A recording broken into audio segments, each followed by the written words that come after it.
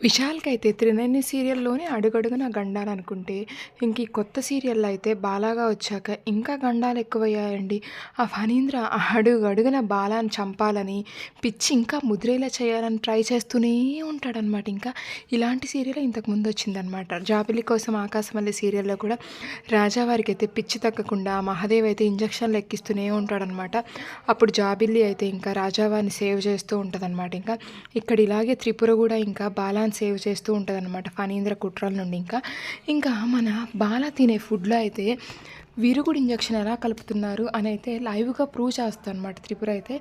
ఇంకేం చేస్తదంటే బాల అయితే యాపిల్ తింటూ ఉంటే ఆ యాపిల్‌కైతే ఒక నల్ల మచ్చ కనిపిస్తదనమాట. ఇంకప్పుడు త్రిపుర వచ్చేసి బాలాగారు ఆ యాపిల్ తినొద్దు బాలేదని చెప్పి ఆ యాపిల్‌ని అయితే పక్కన పెట్టేసి వేరేది తెస్తదనమాట.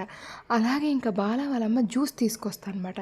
ఇంకా త్రిపుర అయితే ఆ జ్యూస్ తాగొద్దండి దాంట్లో అయితే ఇంకా ఏదో విరుగుడు ఇంజెక్షన్ ఏసారని చెప్పేసి ఇంకా విరుగుడు ఇంజెక్షన్‌ని కొన్నైతే టానిక్ బాటిల్స్‌ని స్టోర్ రూమ్‌లో దొరికినవి తెచ్చి అక్కడ చూపిస్తదనమాట.